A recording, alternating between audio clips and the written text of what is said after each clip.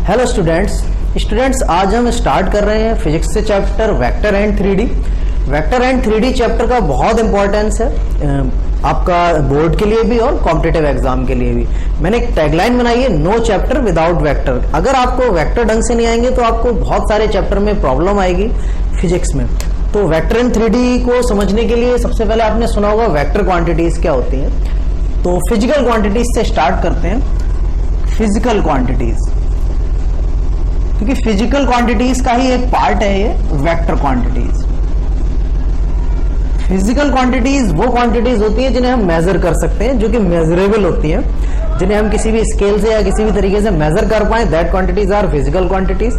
और वो क्वांटिटीज जिन्हें हम मेजर नहीं कर सकते वो फिजिकल क्वांटिटीज नहीं होती हैं। फॉर एग्जाम्पल, जैसे अगर हम मास की बात करें किसी बॉडी का, तो वो मास हम मेजर कर सकते हैं वेइंग स्केल से, तो उस मास को जो है फिजिकल क्वांटिटी कहते हैं। लेकिन अगर हम किसी के दुख या खुशी की बात करें तो दुख और खुशी को हम किसी इंस्ट्रूमेंट से मेजर नहीं कर सकते। हम ये नहीं कह सकते कि आज कोई बहुत उदास है, आज कोई बहुत दुखी है या खुश है, तो उसका मेजरमेंट नहीं है। तो फिजिकल क्वांटिटीज में बहुत सारी क्वांटिटीज आ जाती है which are measurable. And examples में मैं थोड़ा जल्दी जल्दी पढ़ा दे रहा हूँ। एग्जाम्पल्स में इसमें बहुत सारी क्वांटिटीज आ जाएंगी जो हम फिजिक्स में पढ़ेंगे, जैसे मास, फोर्स, वेलोसिटी, स्पीड एटसेट्रा।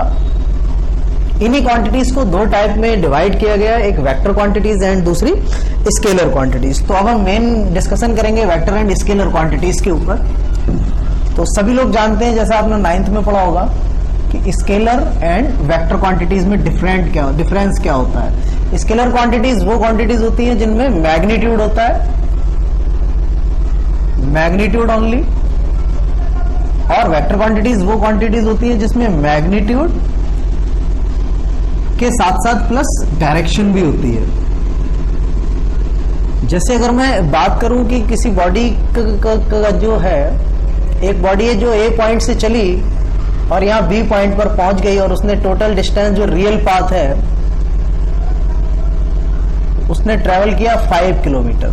तो एक एग्जांपल ले लिया हमने, एक बॉडी ने ए से बी चली और 5 किलोमीटर का पाथ ट्रेवल किया, तो जो उसका डिस्प्लेसमेंट होगा वो यहां से यहाँ का शॉर्टेस्ट पाथ या सीधा रास्ता होगा। डिस्टेंस और डिस्प्लेसमेंट अगर आप जानते होंगे तो ये 5 किलोमीटर से थोड़ा कम होगा, तो इसको मान लेते हैं अगर हम 4 किलोमीटर। तो जो यहाँ पर स्केलर क्वांटिटी है वो डिस्टेंस है, डिस्टेंस रियल पाथ है, रियल पाथ होता है, उसमें हम सिर्फ मैग्नीट्यूड की बात करते हैं, किसी डायरेक्शन की बात नहीं करते। तो एक एग्जाम्पल अगर हम ले लें तो सबसे पहला एग्जाम्पल होता है हमारे पास डिस्टेंस, और यहाँ पर इसके करस्पॉन्ड में दूसरा एग्जाम्पल आता है इसका वेक्टर क्वांटिटी का डिस्प्लेसमेंट। तो डिस्टेंस की अगर डेफिनेशन की बात की जाए, जो होता है डिस्टेंस वो होता है द एक्चुअल पाथ ट्रेवल्ड या कवर्ड बाय द बॉडी। तो बॉडी ने जो एक्चुअल पाथ ट्रेवल किया दैट इज डिस्टेंस। ये अभी कभी भी आप माइनस साइन के साथ नहीं लिख सकते, distance can never be negative, या scalar quantity can never be negative. Negative के साथ आप नहीं लिख सकते, आप डिस्प्लेसमेंट या फिर वेक्टर क्वांटिटी को नेगेटिव साइन के साथ लिख सकते हैं। वो थोड़ी एक नेक्स्ट एग्जांपल से आपको क्लियर हो जाएगा। तो अभी हम डिस्टेंस डिस्प्लेसमेंट के एग्जांपल से स्केलर वेक्टर को डिफाइन कर रहे हैं। तो ये देखिए, जो रियल पाथ है वो 5 किलोमीटर है, डिस्टेंस हो गया है आपका 5 किलोमीटर। लेकिन अगर डिस्प्लेसमेंट की बात करें तो इस पर्टिकुलर क्वेश्चन का जो डिस्प्लेसमेंट है वो है आपके पास 4 किलोमीटर, लेकिन वो किसी एक पर्टिकुलर डायरेक्शन में होगा, क्योंकि स्केलर क्वांटिटी वेक्टर क्वांटिटी में आप मैग्नीट्यूड के साथ साथ डायरेक्शन को भी डिफाइन करते हैं। तो यहाँ पर आपने इसका मैग्नीट्यूड ऑफ डिस्प्लेसमेंट तो 4 किलोमीटर बता दिया इस क्वेश्चन से, बट इसकी जो डायरेक्शन है वो ना नॉर्थ है, ना ईस्ट है, ना साउथ है, वो कोई परफेक्ट डायरेक्शन नहीं है, फिक्स डायरेक्शन नहीं है। तो यहाँ पर डायरेक्शन लिखने का दूसरा तरीका हमारे पास है ए से बी की डायरेक्शन में, क्योंकि ए पॉइंट से चले हैं और बी पर जाकर फाइनलाइज हुए हैं, फिनिश किया हमने, तो ये डायरेक्शन ए बी है। तो यहाँ पर लिख देंगे आंसर में आप in the direction of A B.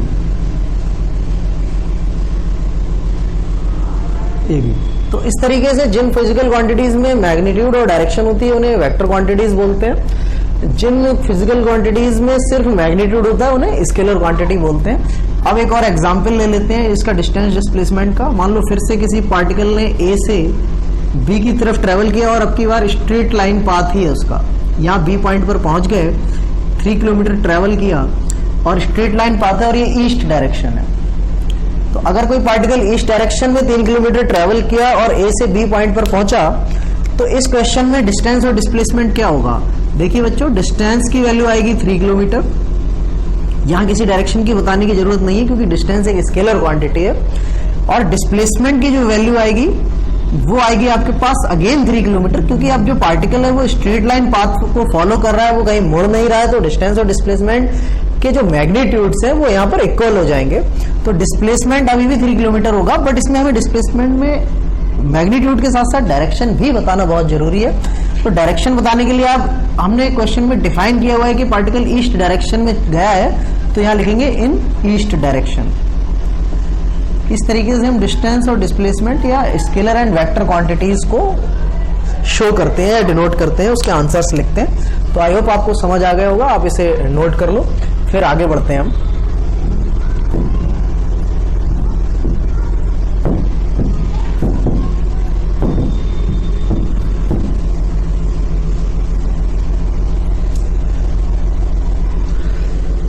Now अब जो है स्केलर एंड वेक्टर क्वांटिटीज में हम ज्यादा से ज्यादा हमारा फोकस रहेगा वेक्टर की तरफ।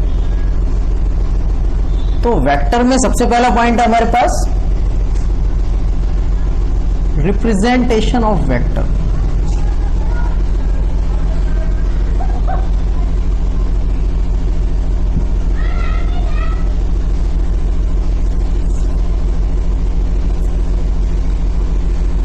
एक वेक्टर को हम रिप्रेजेंट कैसे करते हैं, तो इसमें दो तरीके का रिप्रेजेंटेशन होता है।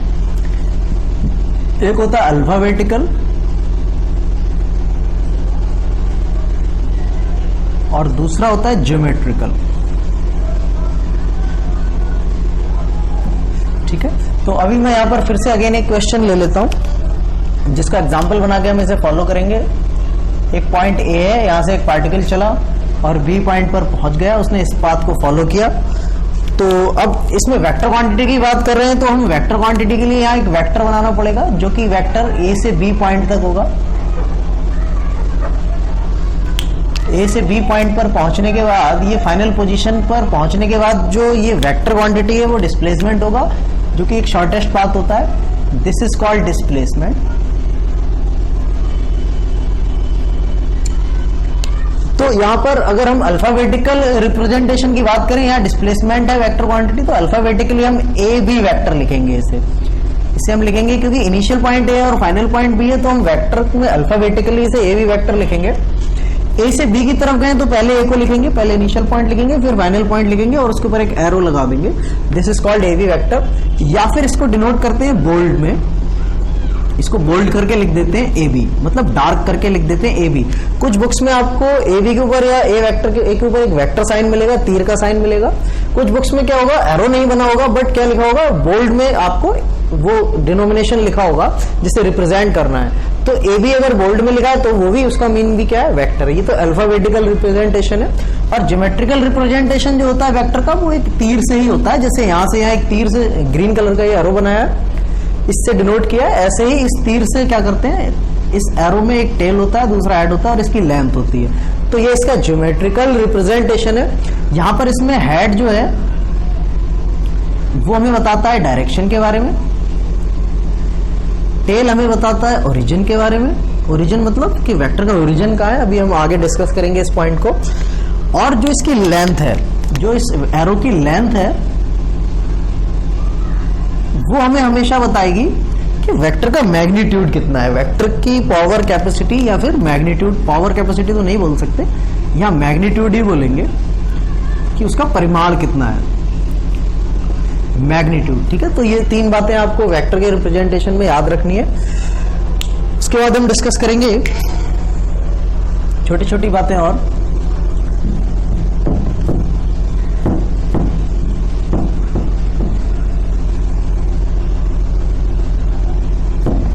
रोकना, मैं पार्ट्स में बनाता हूं, फिर जोड़ लेता हूं पार्ट्स। देखो कैसे। तो स्टूडेंट्स, वेक्टर में हमने रिप्रेजेंटेशन की बात कर ली। अब हम बात करेंगे डायरेक्शंस की। तो डायरेक्शन जब भी आप पेपर में बनाते हैं तो आप एक प्लस साइन ऐसे बनाते हैं। इस प्लस साइन को बनाने के बाद आप इस तरफ ऊपर की डायरेक्शन में लेते हैं नॉर्थ, जो कि आपकी कॉपी में आगे की साइड होगा। जब आप प्लस साइन बनाएंगे तो आगे की साइड होगा नॉर्थ, फिर इधर होगा ईस्ट, और इधर आएगा आपके पास वेस्ट, एंड नीचे आ जाएगा आपके पास साउथ। तो आपकी कॉपी में, आपकी नोटबुक में जब आप आगे की तरफ कोई बॉडी चलेगी तो वो नॉर्थ डायरेक्शन में चल रही होगी। अगर अपवर्ड या आउटवर्ड चलना है तो कॉपी से ऊपर की तरफ चलना पड़ेगा। हमारे बोर्ड पर अगर हमें अपवर्ड चलना है तो ऊपर अगर हमने नॉर्थ लिया तो अपवर्ड को हम बाहर लेंगे, इस डायरेक्शन में लेंगे। जैसे आपकी कॉपी में अपवर्ड ऊपर की डायरेक्शन में आएगा। तो ये तो डायरेक्शन 4 हो गई आपके पास। उसके अलावा अगर कोई बॉडी नॉर्थ ईस्ट डायरेक्शन में जा रही है, नॉर्थ ईस्ट, तो नॉर्थ ईस्ट डायरेक्शन बनाना सबसे आसान है। यहां से बीच डायरेक्शन में नॉर्थ और ईस्ट से 45 डिग्री एंगल पर आपको चलना होगा, that is north east direction. इसको ईस्ट नॉर्थ भी बोल सकते हैं, एक ही बात है। आप ईस्ट नॉर्थ भी बोलेंगे तब भी एक ही बात है। ईस्ट नॉर्थ है, नॉर्थ ईस्ट एक ही बात होती है। ऐसे ही साउथ ईस्ट इधर आ जाएगा 45 डिग्री पर, साउथ वेस्ट इधर आ जाएगा 45 डिग्री पर। साउथ और वेस्ट के जस्ट बीच में मैं इसलिए बोल रहा हूं कि अगर आपको कोई बोले कि अगर कोई बॉडी इधर चल रही है, जो कि इधर से 30 डिग्री एंगल पर चल रही है साउथ से, तो इधर से कितना एंगल मिलेगा, वेस्ट की तरफ से 60 डिग्री, क्योंकि 90 डिग्री है दोनों में। तो अगर इस डायरेक्शन को लिखना है या डिफाइन करना है तो फिर इसको साउथ वेस्ट लिखें या वेस्ट साउथ लिखें। तो यहाँ पर एक बहुत अच्छा क्वेश्चन अराइज होता है जो कि बुक्स में आता है, आंसर लिखते समय प्रॉब्लम क्रिएट करता है। तो देखिए, अगर आप ये 30 डिग्री एंगल के साथ इसका आंसर लिखेंगे तो आंसर में जो भी मैग्नीट्यूड होगा इस वेक्टर का वो तो होगा ही, लेकिन अभी हम सिर्फ डायरेक्शन पर फोकस कर रहे हैं। तो आंसर में आप लिखेंगे 30 डिग्री, और ये जो 30 डिग्री एंगल है ये साउथ की तरफ से मेजर किया है। इसको आपने साउथ की तरफ से मेजर किया है, तो इस एंगल को लिखेंगे आप 30 डिग्री वेस्ट ऑफ साउथ, ठीक है। और अगर आप इसी आंसर को 60 डिग्री के साथ लिखेंगे, इस एंगल के साथ लिखेंगे, तो ये आंसर हो जाएगा 60 डिग्री। अब इस एंगल को आपने वेस्ट की तरफ से मेजर किया है, तो इसका आंसर हो जाएगा आपके पास साउथ ऑफ वेस्ट। ये आंसर लिखते समय जब डायरेक्शन लिखते हैं तो प्रॉब्लम आती है, तो इसको आपको अभी याद कर लेना है कि जिस साइड से एंगल लिखते हैं, जिस डायरेक्शन की तरफ से एंगल को नापते हैं, उसको हम बाद में लिखेंगे। देखो यहां पर हमने 60 डिग्री लिया है तो साउथ ऑफ वेस्ट लिखा है, क्यों? क्योंकि 60 डिग्री को वेस्ट की तरफ से मेजर किया है, तो वेस्ट को हम बाद में लेंगे। यहां पर हमने 30 डिग्री एंगल को यूज किया है, तो साउथ की तरफ से मेजर किया है, तो साउथ जो है वो बाद में आएगा, 30 डिग्री वेस्ट ऑफ साउथ। एक और एग्जाम्पल ले लें, अगर यहां पर 20 डिग्री ले लें तो इस आंसर को लिखेंगे आप 20 डिग्री। जो भी इसका मैग्नीट्यूड होगा वो यहां लिख देंगे, magnitude this and in the direction 20 degree. Answer में आएगा 20 डिग्री। और नॉर्थ की तरफ से मेजर किया तो नॉर्थ बाद में आएगा, और वेस्ट और नॉर्थ के बीच में तो आंसर होगा वेस्ट ऑफ नॉर्थ। लेकिन अगर 80 डिग्री इधर कितना बचेगा आपका, 70 डिग्री, 70 20 90, तो सब आप 70 डिग्री लिखेंगे तो लिखेंगे वेस्ट की तरफ से तो नॉर्थ ऑफ वेस्ट। तो आई होप ये डायरेक्शंस आपको समझ आ गई होंगी, इसको आप नोट कर लो।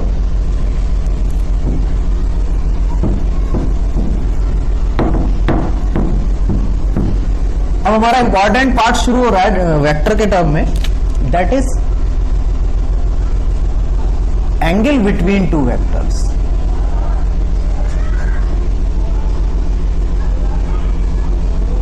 तो देखिए, अगर दो वेक्टर दे दिए जाए और उनके बीच का एंगल पूछा जाए तो बहुत आसान है मेजर करना, आपने शायद पढ़ा होगा। तो ये वेक्टर अगर ए है और इससे इधर की डायरेक्शन में जाता हुआ एक वेक्टर बी है, तो अगर आपसे पूछा जाए कि what is the angle between two vectors A and B, तो बहुत सारे बच्चों का सीधा आंसर होता है 120 डिग्री। ये मैंने क्वेश्चन में नहीं दिया 120 डिग्री, ये आंसर जो बच्चे देते हैं वो बोलते हैं इसको 120 डिग्री। तो सबसे पहली बड़ी गलती ये करते हैं बच्चे कि इसमें 120 डिग्री तुरंत बोल देते हैं, जबकि ये 125 भी हो सकता है, 121 भी हो सकता है, 115 डिग्री भी हो सकता है, और 100 डिग्री भी हो सकता है। क्योंकि यहाँ मैंने एंगल जब आपको दिया ही नहीं है तो आप 120 डिग्री कैसे बोल सकते हैं? तो वो एंगल आपको ढूंढना है, थीटा के टर्म में बोल देंगे। तो अगर मैं इसे थीटा मान लूं तो angle between two vectors theta हो जाएगा, जो कि आंसर गलत है। उसका रीजन ये है कि हमें एंगल बिटवीन टू वेक्टर्स ढूंढने के लिए थोड़ा सा फिजिक्स को लगाना होता है, फिजिक्स अप्लाई करनी होती है।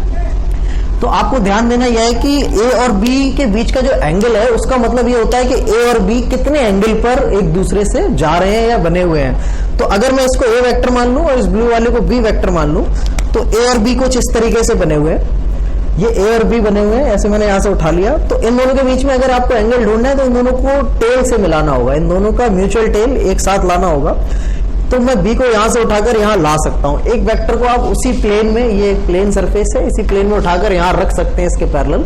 तो अगर मैं b को यहां से उठाकर यहां ले आऊं तो इन दोनों का टेल मिल जाएगा, और टेल मिल जाएगा तो इनके बीच का जो एंगल होगा वो क्या कहलाएगा, एंगल बिटवीन टू वेक्टर्स। या फिर मैं a को उठाकर, यहां पर ऐसे डायग्राम है, a को उठाकर यहां a का टेल b के टेल पर मिला दूं तो ये दोनों का टेल मिलने की वजह से जो यहाँ एंगल मिलेगा that is angle between two vectors. तो इसको बनाने के दो तरीके हैं, या तो b को उठाकर a के टेल पर ले आओ b के पैरेलल, या फिर a को उठाकर b के आगे ले जाओ, इसको आगे बढ़ा लेते हैं आप ऐसे, तो a वेक्टर को आगे बना देंगे इस तरीके से, तो इन दोनों का यहाँ टेल मिल जाएगा, और टेल मिलने पर यहाँ जो एंगल मिलेगा that is angle between two vectors. ये b वेक्टर में ऊपर लिख देता हूं, तो ये थीटा एंगल नहीं है इन दोनों के बीच का, इसको थीटा डैश मान लो, या थीटा 1 थीटा 2 जो भी आप मानो, या 180 माइनस थीटा मान लो, जो भी आप मानो। तो ये एंगल है, ये एंगल बिटवीन टू वेक्टर कहलाएगा। ऐसे ही ये एंगल और ये एंगल सेम होंगे तो ये एंगल भी क्या कहलाएगा, थीटा डैश मान लेते हैं, तो ये एंगल कहलाएगा एंगल बिटवीन टू वेक्टर्स। इसको हम दूसरे तरीके से भी समझ सकते हैं कि अगर a और b, आपको a वेक्टर ये ब्लैक वाला और b वेक्टर यहाँ दिए हुए हैं, और इनके बीच का अगर आपको एंगल ढूंढना है तो इनके बीच का एंगल ढूंढने के लिए दोनों को एक साथ लाकर एक साथ चला दो आगे।